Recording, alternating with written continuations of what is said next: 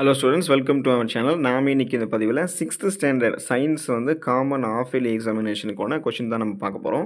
இந்த கொஷினை பார்க்காம நீங்கள் ஆஃப் இயர்லி எக்ஸாமுக்கு போகாதீங்க. மார்க் அப்புறம் நீங்கள் கம்மியாக ஸ்கோர் பண்ணிவிடுவீங்க. ஸோ இதில் இருக்கக்கூடியது எல்லாமே ஒவ்வொன்றா இம்பார்ட்டன்ட்டு. நீங்கள் வீடியோ ஸ்கிப் பண்ணாம ஃபுல்லாக பாருங்கள். எந்தெந்த கொஷினை நீங்கள் எப்படி அப்ரோச் பண்ணுன்றதை நான் உங்களுக்கு விளக்கமாக சொல்கிறேங்க. நீங்கள் இப்போ தான் நம்மளுடைய சேனலுக்கு புதுசாக வந்திருக்கீங்கன்னா நம்மளுடைய ஸ்கூல் நியூஸ் தமிழ் சேனலை சப்ஸ்கிரைப் பண்ணிக்கோங்க. பக்கத்தில் இருக்கக்கூடிய பெல் ஐக்கானையும் ப்ரெஸ் பண்ணி ஆல் அப்படின்ற ஆப்ஷனையும் செட் பண்ணி சப்போர்ட் பண்ணுங்கள். மறக்காமல் டிஸ்கிரிப்ஷனில் வாட்ஸ்அப் சேனல் லிங்க் ஒன்று இருக்கும், அதில் ஜாயின் பண்ணிக்கோங்க. உங்களுக்கு வேண்டிய எல்லா அப்டேட்ஸு, நோட்ஸு, கொஷின் பேப்பர், ஆன்சருக்கு எல்லாம் அங்கே சேரும்.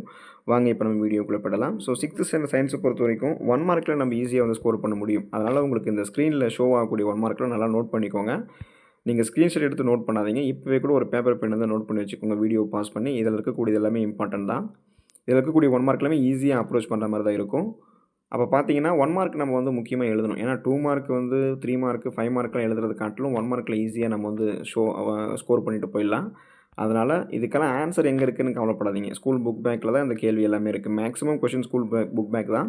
ஒரு சில கொஷின்ஸ் பாக்ஸ் கண்டென்ட்லேருந்து கேட்கலாம். ஆனால் உங்களுக்கு இதில் இருக்கக்கூடிய எல்லாமே இம்பார்ட்டன்ட். ஸோ அதனால் இது படிச்சுக்கோங்க. கொஷின்ஸ் பார்த்தீங்கன்னா ஈஸியாக அப்ரோச் பண்ணுற மாதிரி தான் இருக்கும். ஸோ இப்போ இந்த 6வது கொஷின் நெக்ஸ்ட் படிக்கிறேன் பாருங்கள். Dash is the percentage nitrogen in ஏர்.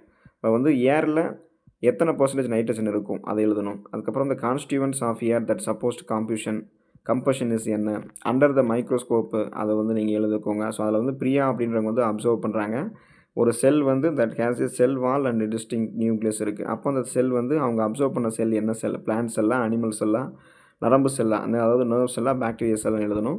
அப்புறம் main organ of respiration in human body என்னன்றது எழுதணும். Which of the following is an output key, மவுஸா, கீபோர்டா, ஸ்பீக்கரா, பென் ட்ரைவான்னு எழுதணும். ஸோ இன்னொரு டைம் கூட உங்களுக்கு ஷோ பண்ணுற பாருங்கள்.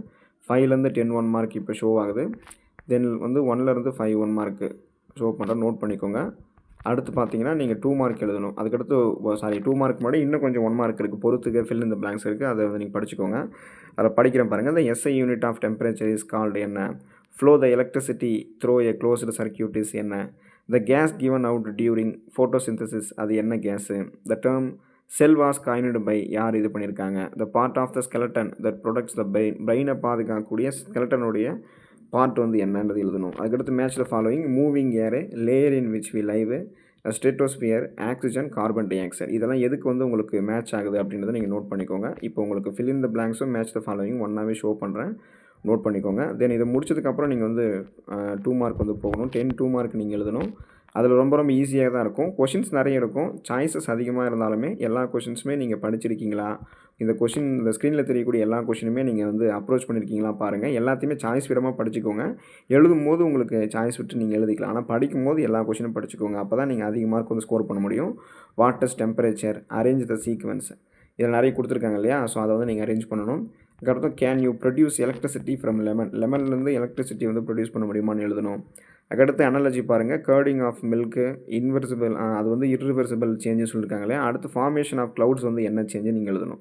அதுக்கடுத்து பர்னிங் ஆஃப் மேட்ச் ஸ்டிக் என்ன சேஞ்சுன்னு எழுதணும். அது கீழே பார்த்தீங்கன்னா rotation of the earth slow சேஞ்சுன்னு சொல்லியிருக்காங்க. அப்போ ஒவ்வொன்றும் நீங்கள் இணை ஒப்பு அனாலஜி வச்சு நீங்கள் எழுதணும். அடுத்து what kind of changes associated with decaying of plant, true or false எழுதணும். அப்போ ஃபால்ஸாக இருந்ததுன்னா அது கரெக்ட் ஸ்டேட்மெண்ட் நீங்கள் எழுதணும். Inhaled air contains a large amount of carbon dioxide அது எழுதணும்.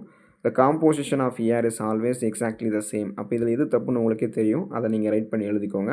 தென் அடுத்து இருக்கிறது ட்ரூவா அப்படின்றது மட்டும் நீங்கள் சொன்னால் போதும். அதுக்கடுத்து அரேஞ்ச் இன் கரெக்ட் சீக்வன்ஸு, அது 2 கொடுத்துருக்காங்க இல்லையா, 1 2 அந்த ரெண்டுமே எப்படி எதெல்லாம் ஆரம்பித்து எதில் முடியும்.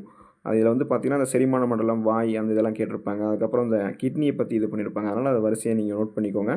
அதுக்கடுத்து circle the odd one, give reason for your choice. இப்போ நீங்கள் 2 கொடுத்துருக்காங்களே, ரோம் லெட்டர் 1 2, அதில் நீங்கள் பொருந்தாத ஒன்றை நீங்கள் வட்டமிடணும். அது ஏன் நீங்கள் பொருந்தாதன்னு வட்டமிட்டீங்கன்றதை நீங்கள் எழுதணும். அப்படி மாதிரி நீங்கள் நோட் பண்ணிக்கோங்க.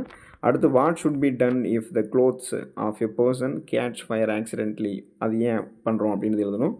அடுத்து distinguish between prokaryotic and eukaryotic cell, describe the skeleton system, bring out any two different set between input and output devices இது எழுதிக்கோங்க. தென் அடுத்து 5 மார்க் வந்து நீங்கள் எழுதணும். அதுவுமே உங்களுக்கு வந்து எய்தர் ஆர் ஆப்ஷன்ஸ்லலாம் வந்து இருக்காது. மொத்தமாக பார்த்தீங்கன்னா உங்களுக்கு வந்து எப்படி இருக்கும்னா 5 கொஷின்ஸ் வந்து உங்களுக்கு கொடுத்துருப்பாங்க. அதில் ஏதாவது ஒன்று சாய்ஸ் விட்டு மற்ற நீங்கள் எழுதிக்கணும். அதனால் நீங்கள் 5மே படிச்சுக்கோங்க. எழுதும்போது கூட நீங்கள் சாய்ஸ் விட்டு எழுதிக்கலாம். ஸோ பாருங்கள், கொஷின் படிக்கிறேன் பாருங்கள். நீங்கள் எப்படி அப்ரோச் பண்ணணுன்றதை distinguish between heat and temperature. ஹீட்டுக்கும் டெம்பரேச்சருக்கு கூடிய வேறுபாடு என்ன, அதை டிஸ்டிங்விஷ் பண்ணணும், அதை நீங்கள் விவரிக்கணும். Make a list of electrical equipments at home which we get heat from, அதை எழுதணும். அப்புறம் write short notes on conductors and insulators. Give one example for each case. Slow and fast change, reversible and irreversible change, physical and chemical change, natural and manmade change, desirable and undesirable change. Then draw a neat labeled diagram of a prokaryotic cell. List out the functions of endocrine system and nerve system. எழுதிக்கோங்க. So இதெல்லாமே ஒவ்வொன்றுமே உங்களுக்கு important. நான் இன்னொரு time கூட இந்த question show பண்ணுறேன். All the best for your examination. நல்லா படிச்சுக்கோங்க. Thank you students.